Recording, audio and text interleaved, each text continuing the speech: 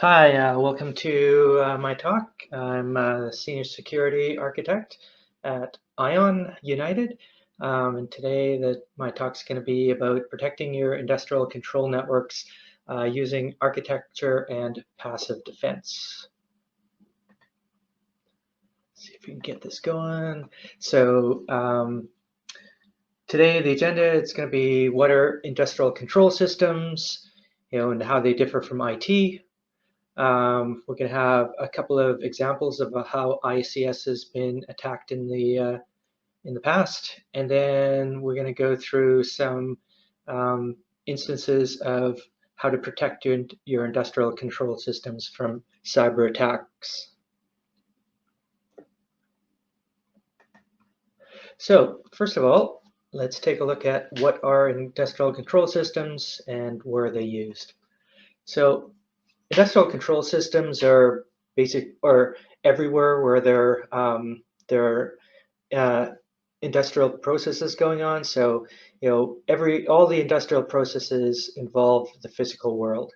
So things like in mine sites, crushing rocks to optimize ore extraction during processing. They're used to measure pollutant levels in discharge to comply with environmental regulations. They're used to push product down pipelines and being able to know which product goes to which customer. Things like power generation. So if you're looking at steam turbines, you use the control systems to produce steam to drive the turbines, and in dams they'll be regulating the water flow through the turbines to produce electricity, and you can use them to control chemical reactions during processes to optimize your product yield. So things like temperature, pressure, flow, and reactant concentrations in your baths. So the industrial controls technologies basically are things that support these physical processes. So industrial control systems utilized in many sectors, environments such as mining, oil and gas, power, chemical manufacturing, all the things that are set in here. So they're all around the world, and so wherever there's a physical process involved in manufacturing, there's going to be industrial control systems that are controlling those processes. So if we take an example of the oil sands, this is a really high-level view of what it takes to do oil sands extractions. So first of all, you're mining with shovels to get the oil sands out of the ground, putting them into trucks, dumping them into the crusher, crushing them into sizes that are optimal for your process, putting them into the storage, going through, extracting the oil out of the sands, separating out the stuff that you want from the stuff that you don't want, then storing the actual product before you send it to the refinery to get your refined product out of it, and then because the bitumen is mixed with a diluter, you get you separate the bitumen from the diluent at the end, and you send the diluent back to finish the cycle. So let's take a look at at each of these steps. There's going to be technologies involved in regulating and maintaining those processes. So, for instance, in the trucks, there are things like preventative maintenance. So the trucks are all pretty much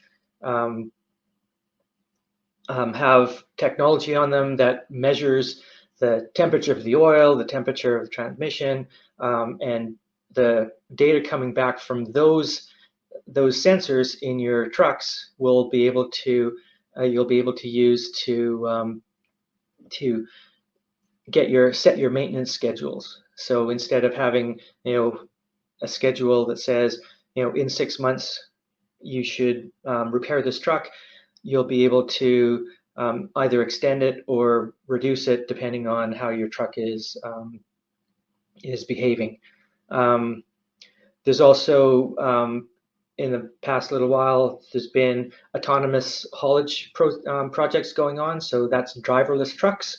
There's all sorts of technology involved in making sure that the trucks don't run into each other or run off the road, and so it should lead to a greater safety and reproducibility of the trucks going around the oil sands. If you go to the next step, where the dump truck is dumping their stuff, it goes into a crusher. Basically, you want to make sure that the crusher crushes the rocks into the optimal size for your process. It really makes a difference if your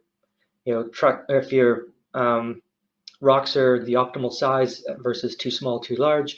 And if you do find that you have non-optimal sizing, you can go back in the process and fix those things. In the storage silos, you've got things, you want to know how much material you'll have for the processing. When you go to the next stage with the rotating drums, you want to make sure that the correct mix of materials is in the drums. You can add water as necessary, and then you can look at or optimize the speed of the drums as well. When you go next, look at the tailings ponds, for instance. You want to monitor those closely to ensure the levels are within tolerances. You don't want that stuff spilling all over the place. You want to be able to monitor the liquid composition to make sure that everything's working as expected. And then you want to have alerting to say if anything goes out of the tolerance, that you'll get alerted on it and you can go investigate that. So the general point in this is that all the processes feed into each other. So the products of one process are the starting elements of the next process. If one set of processes is stopped, that might mean that the rest of the processes down the line are going to be stopped. And the problem with this is that many of the operations they run 24/7, 365 days a year. And if you stop a process, sometimes that might mean that you have to clean out the whole system, removing everything that you have in the middle or in the process at that point, setting the system to its initial state, so putting all the rest of the initial conditions, and then starting the process all over again. So that can lead to major delays to restart the system, potential loss of reactants or products because of the restart, and then lost production time, as well as health and safety issues. And on top of that, you might be losing money as you're shut down. So those are the things that you need to keep in mind when you're talking about industrial systems.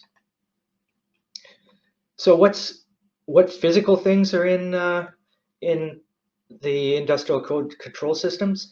So there's some traditional IT systems, but those are mainly in the central locations. There's a lot of other systems that you would never find on a traditional IT network.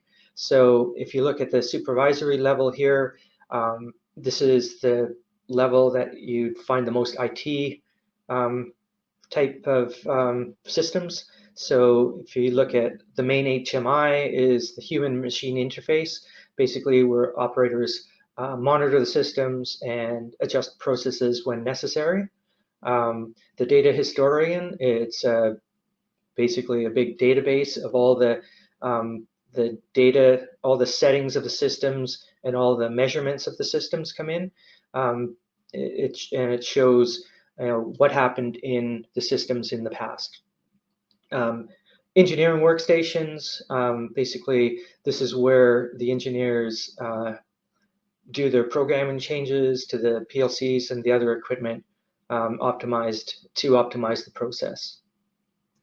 So if you move into the field level, as you move down the stack, you'll see more and more non-IT type systems. So things like motors, valves, sensors, and PLCs that you'll never see in the IT network. You'll also see different protocols. So let's take a look at what kind of protocols that you had, the network protocols that the devices use to talk to each other. So in IT, you'll get common operating systems like Windows and Linux using traditional protocols like SSH, SMB, HTTP, and the such. When you move into the ICS, the OT space, you get adapted operating systems. So you'll get Linux appliances and some Windows systems as well, and embedded systems. You'll see industrial protocols, so Modbus or Ethernet over IP and Profibus, and all sorts of engineering hardware assets. So it's just so it is a different world, but they are converging. And why? So why are these systems converging? If you look at how IT and OT interact, the big reason is that there's a lot of pertinent information in OT that aids the business in making business decisions. So in order for the business people to make decisions, they need to understand what's happening in the OT networks.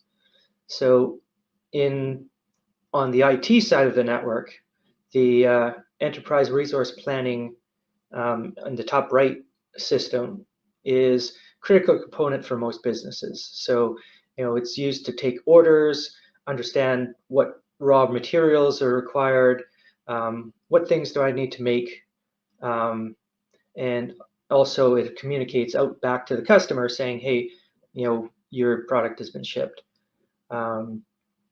So the ERP system's usually central to the billing of customers and facilitating making money for the business. So the ERP is going to be talking to the manufacturing execution system, and that's the bridge between IT and OT. So these systems usually used for like recipe management, quality assurance, work in process tracking, performance management. So basically, it keeps track of what orders are being made, what things I have on site, and how do I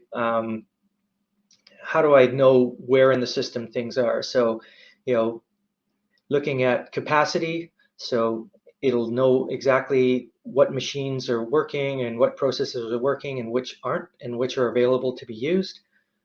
It'll do things on the quality side. So for instance, when you're talking about metallurgical coal, for instance, there's different qualities that you have of metallurgical coal. So it keeps track of how much the company has of each type of coal.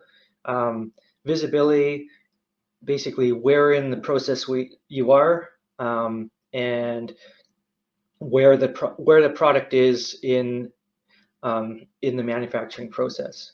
And then it also takes care of or keeps track of delivery. So if you're going shipping your product by rail, by truck, or even by pipelines. So the MES system is really the place where the business can reach down into OT systems to understand what's happening at the production side. So what does this what does this mean in terms of securing your systems? So what do we have to worry about on the OT versus the IT system? So the difference between IT and OT is that IT, you're moving and securing data, whereas on the OT side, you're enabling and securing physical processes. So what does that mean in terms of incidents that you can have in IT versus OT? So in an IT incident, your business applications may become unavailable. So for instance, if a print server gets rebooted, people won't be able to print until that service comes back up. You can, if you have an incident, so either intentional or unintentional, you could get data corruption, so that your business data is unusable. You could also have data loss, so either intentional or unintentional. That could, data loss that could basically tarnish your brand, saying, to your customers, hey, this company is unreliable, and we shouldn't deal with that anymore. On the other side, when you're looking at ICS incidents, you get basically a loss of control of the physical process. So you lose the ability to view what's happening in your systems.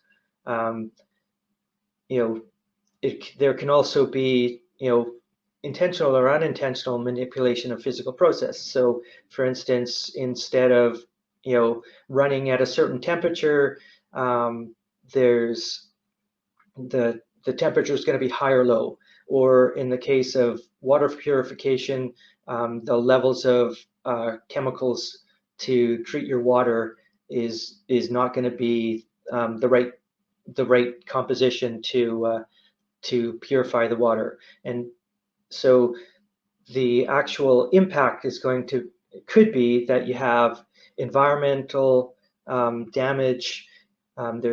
There may be human safety. So for instance, if you've put too much of a certain chemical in the water, people are going to get sick.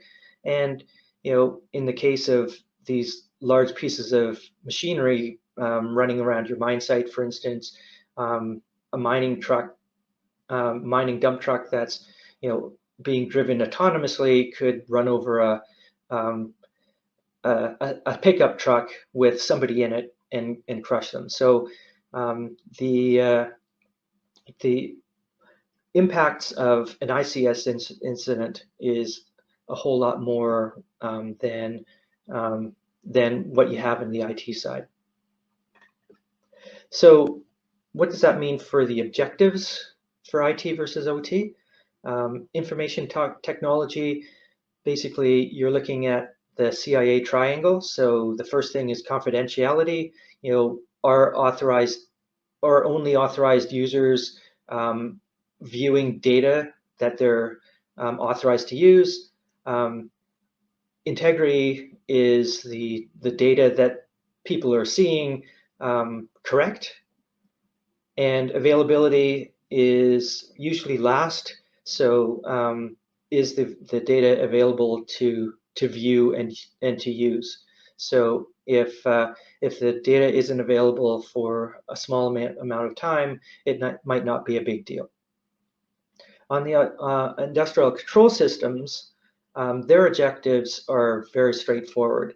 They need availability above all else. So if they can't see what's happening in their process, they can't control it, and there could be safety and health and safety implications, as well as up to and including people dying. Usually, historically, integrity and confidentiality have been way down the list of things that they care about. Generally, in the past, industrial control systems have been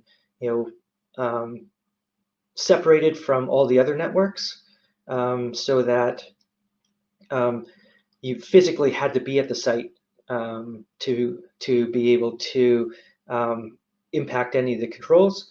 So you know, the security of the systems, the integrity and the confidentiality have been really low things for security or for ICS vendors to think about. So now that we've gone through what ICS is and where it is, let's take a look at how ICS, what kinds of ICS attacks have been done to different organizations. I'm just going to use two examples of the attacks that we've seen. So the first attack scenario is attacking the OT systems directly to cause an outage. And the example of this is the Ukrainian power outage of 2015. And on the right-hand side here, we see the sequence of events that led to the outages. So the Ukrainian power system was targeted by an outside attacker who sent phishing emails to various people in the company. The phishing email contained a Word document that had macros that would do bad things to the system if they were turned on. So basically they had when the user opened the Word document in big Ukrainian type, said please enable macros, and once one or at least one person did that, Black Energy 3 malware was installed onto their systems. So that basically, as the malware got out, it moved from system to system, and the first thing it did was get credentials. So credentials for the VPN, credentials for the systems inside the network, and the attackers were able to be persistent on the network and blend in with the regular traffic of the network. So it made them really hard to find amongst all the normal users. Once it had the persistence, it did basically network and host discovery to figure out what's on the network, how it was laid out, where the OT segments were, and how to get into the OT segments. That was generally a longish process, and then once it had all those details, it went back into its own networks and developed malicious firmware that emulated the human machine interfaces that they had and the SCADA systems that they had, so they could actually talk directly to the OT systems once they were connected with the VPN. So once everything was in place to do their attack, they went into action by taking over the operator workstations in the operator areas of the plants. They also used their homemade clients, HMI clients, to basically turn off the power system. So open up the breakers, and then that led to the power outages. Once they opened up the breakers, they did a bunch of things to prevent the systems from coming back online easily. They modified UPSs and turned them off and basically broke them. They uploaded firmware to different parts of the system that basically disabled them as well, and then they used kill disk to overwrite system files on the computers on the network, and it's all designed to make it harder for the organization to recover from the power outages.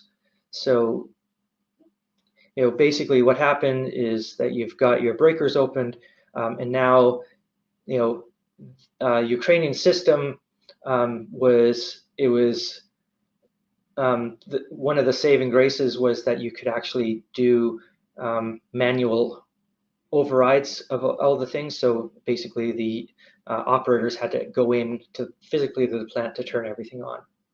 So this is basically a way of causing an outage by directly attacking the OT systems. So if we go on to the second scenario, is attacking operations via IT. And so here we have an example of an MES system that is making 3 products, for instance. So product 1, 2, and 3. Product 1 requires precursors A and B. Product 2, B and C, and then product 3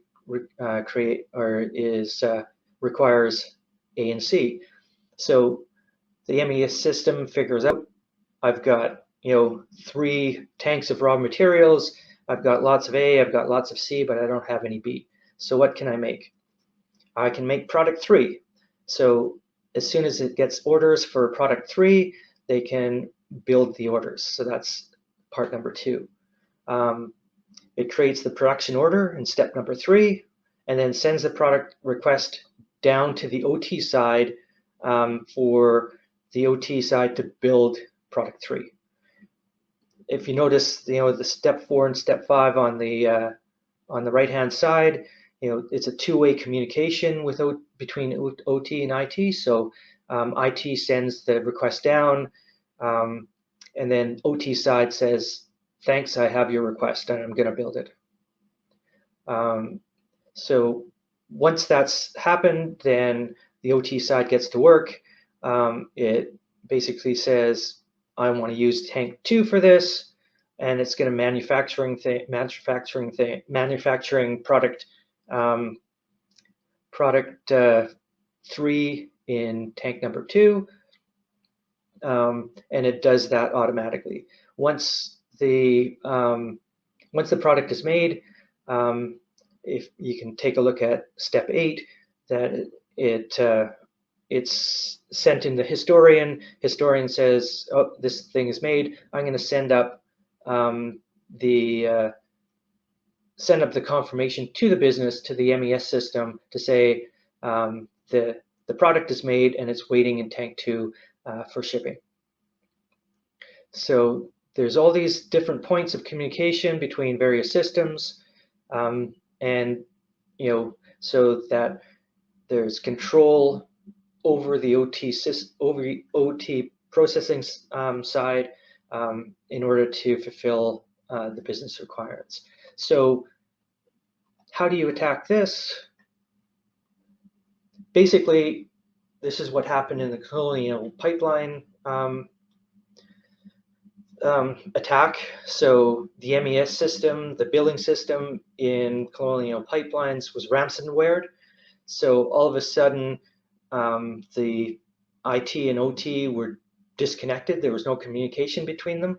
So they couldn't send product requests. The build product, that was the message coming back saying, yeah, we've got the order from the OT system, was not able to be sent back. And then once a product was created, the OT systems couldn't send it back to the MES system saying, we have this product ready to ship, and here's how much of it we have.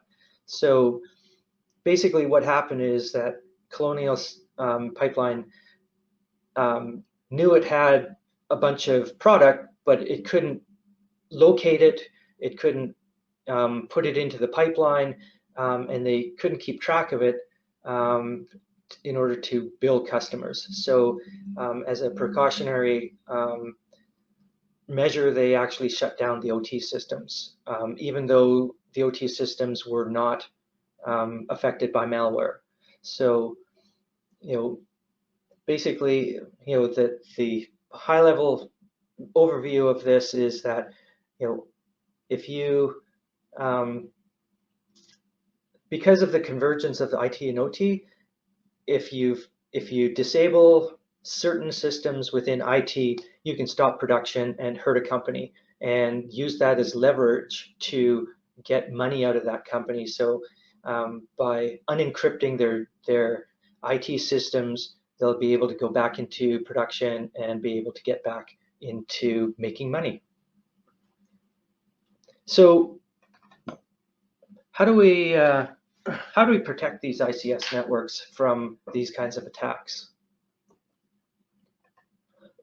Well, the first thing that you want to do is you want to implement a security program.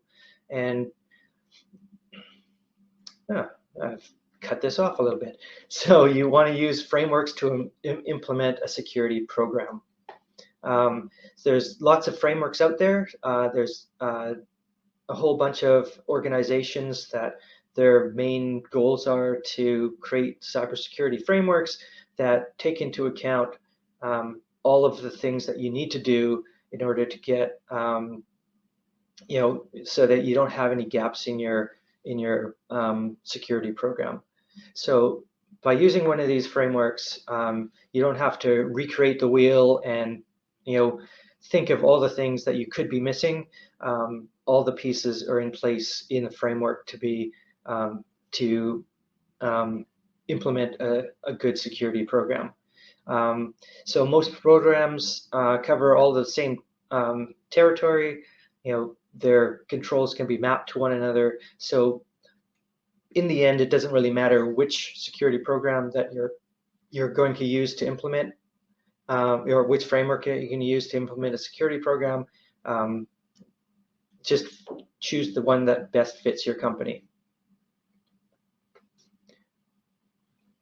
So, the thing is, so with these security frameworks, they have, basic categories, the major functions of the framework. So for the NIST framework, you've got, identify, protect, detect, respond, and recover. So identify is basically identify the things that you have. So physical or cyber assets, business processes, governance, risks, and other things as well.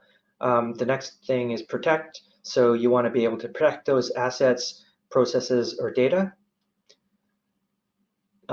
For detecting, you want to make sure that if somebody gets in, that you can see them.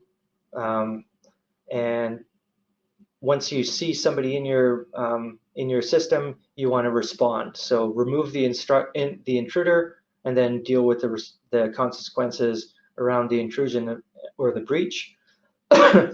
And then the last thing is you want to recover. You get back to normal operations and improve your security to plug the hole that intruder came in.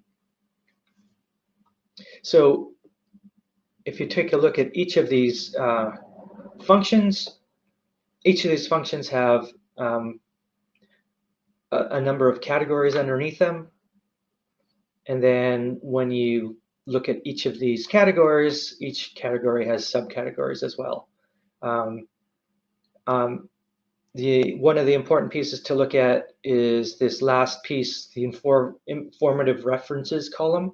That basically shows, here's how the NIST framework works with all these other frameworks from different organizations. So it does show that even though they're called something different in each of these frameworks, they're all basically looking at the same things. So the problem that we've seen with these frameworks is that they tell you what you need to do, but they don't tell you really how to do it. So what we've been telling our clients is to use the Center for Internet Security Critical Security Controls. They basically are give more prescriptive advice for implementing the controls. So these controls are actually created by the Center for Internet Security. What they do is they sit down, look at all the attacks that have happened in the past, and then create controls that would prevent those attacks. So it's really based on real-world data, and so let's take a look at some of these controls. So, for instance, you've got critical security control 1. So it's inventory of control of enterprise assets. What you need to know is that the CIS controls are built for an IT network. So if you're going to use them for an OT network, you want to modify some of those controls for OT. For instance, in 1.3, utilize an active discovery tool. That's generally a bad idea in the OT network and the OT networks.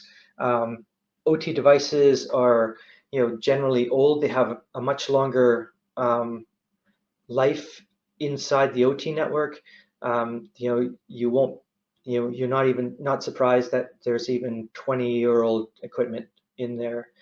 So what you want to do is they're 20-year-old IP stacks on there. So if you start poking at them with active probes, they might just fall over and stop your processes.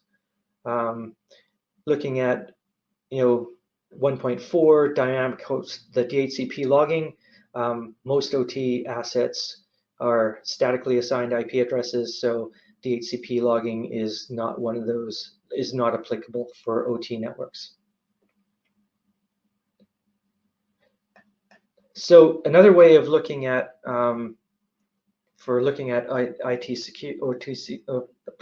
OT security is the sliding scale of cybersecurities. There's 5 categories, like architecture, passive defense, active defense, intelligence, and offense. So the biggest bang for the buck is to enable controls from the left-hand side of the graph, or from the scale, and then move right as necessary.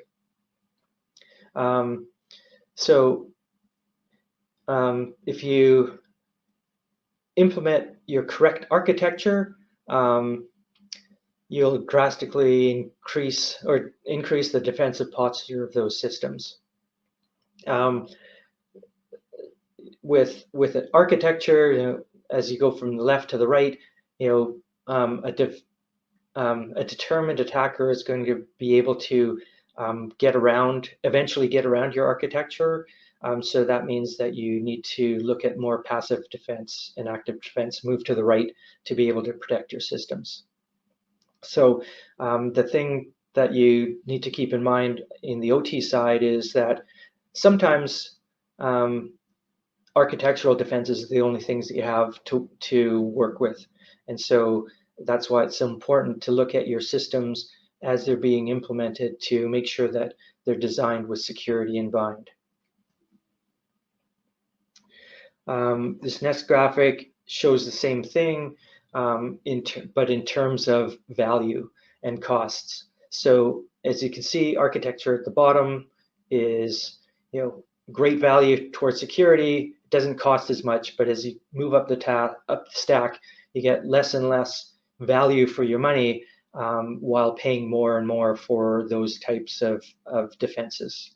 So the takeaway from here is architect the systems correctly in the first place, and then add defenses as required, and according to your budgets. So let's take a look at some examples. So architecture, planning, establishing, and upkeep of systems with security in mind. So one of the first architecture for OT networks came from Purdue University back in the early 1990s. Originally, it was created to separate data traffic when LAN speeds were really low, or even had token-based LAN protocols. What they wanted to do was separate systems so that they didn't interfere with each other on the LAN. So it wasn't really originally designed as a security framework, but it has generally become that as time went on. So what you'd want to do is you want to isolate services from each other and reduce the attack surface. And if one service gets compromised, it doesn't affect other services. The major things with this is that traffic from each zone can only traverse to the next zone.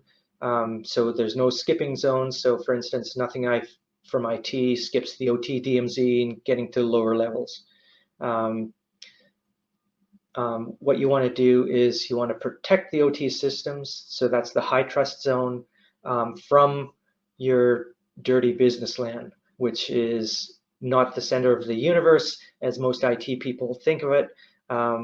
But it's something that you want to separate from your OT environment. So how do you use the model to increase the security? So the first thing that you want to do is you want to separate IT from OT. So your first major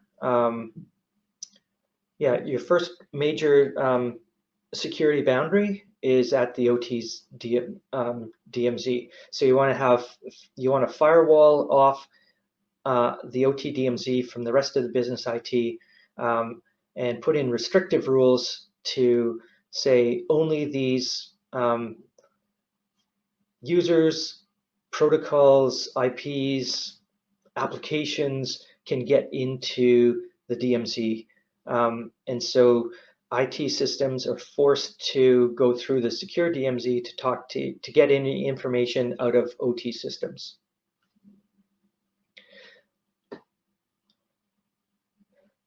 So, and then to go further into segmentations, you want to segment services for availability. Availability and for to ensure that they don't go down. So, for instance, HMIs shouldn't be talking with trucks, for instance, or trucks shouldn't be talking with shovels. There's no reason for them, so they shouldn't be able to do that.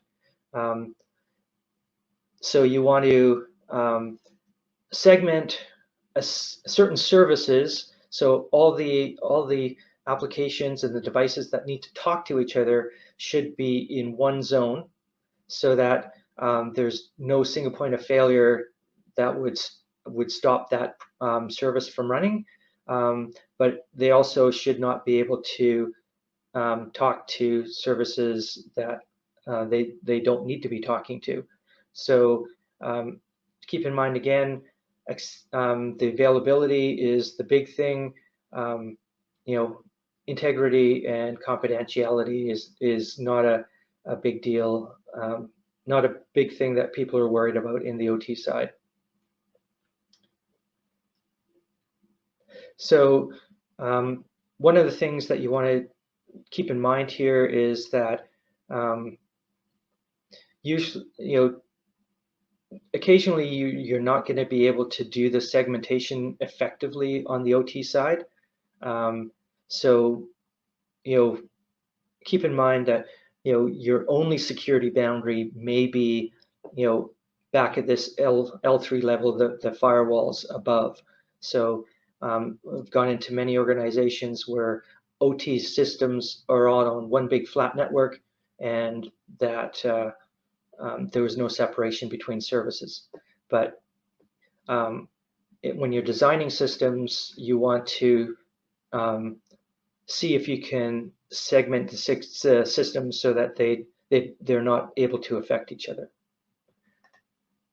The last thing that you want to, or another thing that you want to do is you want to have a standard secure remote access solution for your device, for your OT environment. So what you find is that OT, remote access into OT networks is a definite business requirement for, for instance, vendors coming in to support their equipment that they have on your sites. So what you want to do is make sure that in the L3 layer that you have jump servers in there, so that you don't have direct IT/OT connections. So, an RDP session, for instance, between a workstation on level 4 and an OT system on level 2 would allow malware to cross that tunnel. So you want to make sure that that doesn't happen. You want to also be able to audit the connections. So you want to see everything that people do on those networks. So usually you want to have a recording session. When you have vendors coming in from the internet, you want to have a standard remote access solution here that forces them to authenticate with IT credentials using MFA. So you want to make sure that the person that's coming in is the person that they say they are. And MFA is one of those things that will help you make sure that that happens. Once the vendor comes in, then they're going to go into the secure jump server. Is basically you're going to authenticate using OT credentials. So they have two passes of authentication that they have using two different credentials. And then once they get in for the jump server, then they can go talk to the lower levels. If you want to look at passive defense systems, we can take a look at the critical security controls again, and using a passive asset discovery tool. How you set this up is basically is generally what happens is that you'll have an appliance that's connected at one of the switches or at the firewall that will have traffic that coming through span ports so that it can see all the traffic. And then there are sensors put down at different levels so that you can see the traffic, see what's happening on all the network segments throughout the plant. And the things that you can get from these type of systems, you can see that you can get your asset distribution by type. So here we've got PLCs, endpoints, HMIs. You'll also be able to see what vendors are being used on your networks, and you'll also be able to look at vulnerabilities that you have on your network. So as the devices communicate with each other, they'll be passing data back and forth, and the vulnerability scanning machine will be able to identify what version of the software that they're using to do that communication by various methods. Each vendor has its own ways of doing that, but once it figures out which version of the software they're using, it'll go back into their vulnerability database and say, this machine has this CVE, and so that allows you to say, I need to get that fixed. You can also, it'll also map out, where these devices are relative to the Purdue model. Every vendor will do this different, and the Purdue model, the levels are kind of, they're kind of fluid. They're not really fixed levels. So this kind of gives you a general idea of how your network's laid out. Another thing that you want to do is you want to make sure that you're, getting your logs off of those devices and into a central point. and you want to be able to analyze those logs as well. So if you look at Control 8, all of these things are doable for the OT systems. So once you get things set up, what kind of things does a SIM system do for OT? So it's receiving the event data, it's aggregating and correlating the events, it's storing events for a certain period of time. You can go like as far as you want, as long as you have the space. You can generate reports and alerts, helping security teams identify and respond to risks and automate actions. So this is really useful for the security teams to detect and manage events. So how do you actually do this?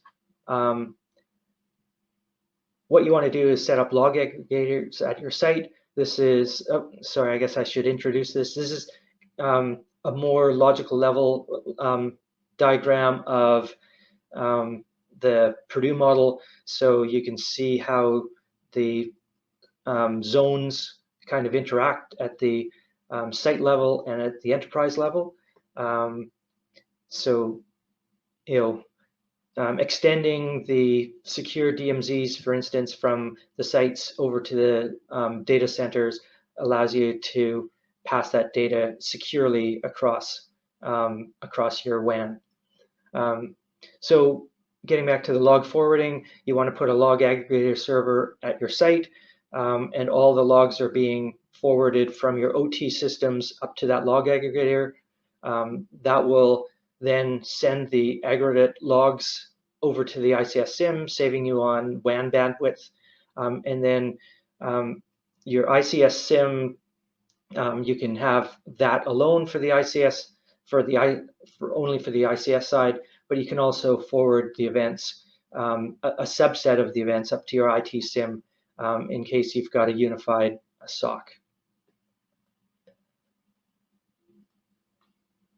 So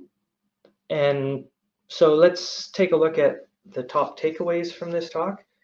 So first of all, you want to understand the difference between IT and ICS security. You want to put security, IT type security where they fit in the mostly in the upper Purdue model or the upper Purdue levels. You want to adapt security to fit ICS. And prioritizing safety. For instance, you don't want to kick machines off the network on the OT side, and because that might just affect your process. The ICS network architecture, base it on the Purdue model. So you want to segment and control traffic and enforcement boundaries or natural monitoring points. So use firewalls as much as possible to restrict that traffic. And the IT-OT boundary is the most important piece. So make sure you secure that. Ensure that you have a standard remote access solution, and then work your way down the network stack as required or as you can do. And then for ICS passive defenses, you want to know what's on your network. If you can identify your assets, then you can fit those assets into the correct architecture model. And then always collect and analyze logs.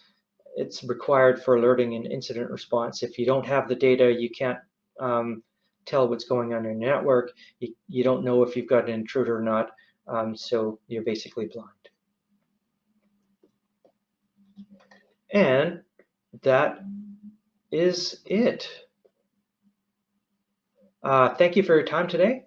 I hope this was informative for you. We do all these things for industrial clients. So take a look at our site and take a look at our. We do have a booth in the today and tomorrow at B-Side. So go and talk to Mark, our sales director, and see what we can do for you.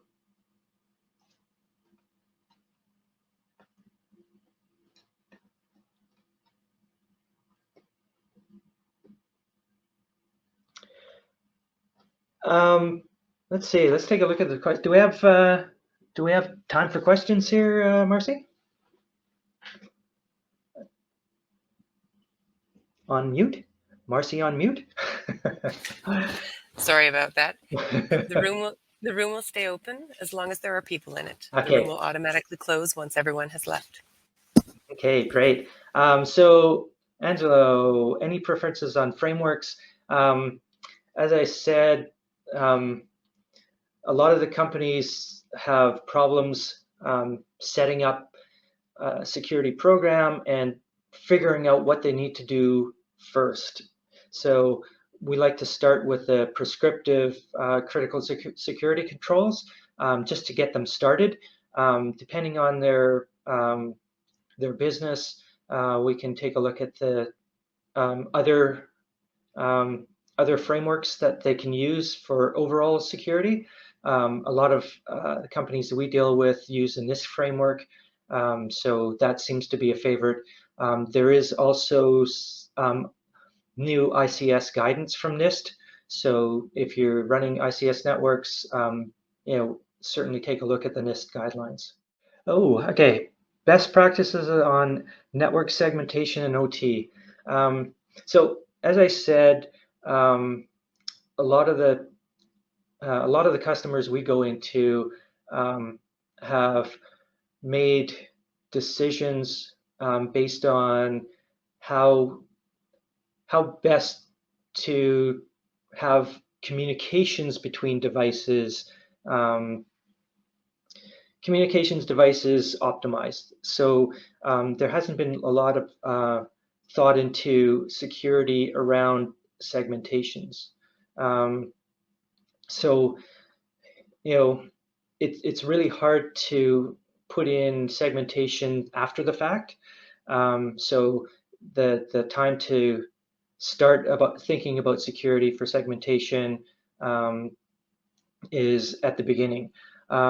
So when like the latest buzzwords on the IT side is zero trust. So zero trust talks about making sure devices are authorized and authenticated to be able to talk to each other. On the OT side, having authentication between devices is really hard, so that basically the protocols don't even allow that.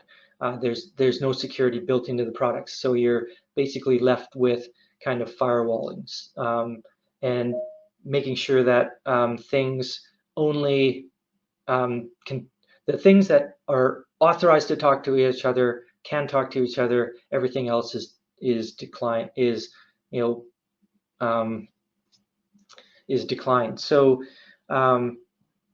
generally what you want to do is you want to group your devices and servers by service. So for instance, at a wastewater treatment plant, or let's take a municipality, for instance. A municipality might run, drinking water, wastewater, solid waste, and things, and other services. What you want to do is you want to segment your services away from each other. So a site that has, for instance, drinking water and wastewater, those devices are segmented from each other so that the drinking water devices can talk to each other while, but they can't talk with the wastewater things. So it's really depends on what you can get away with. Keeping in mind that availability is the key thing.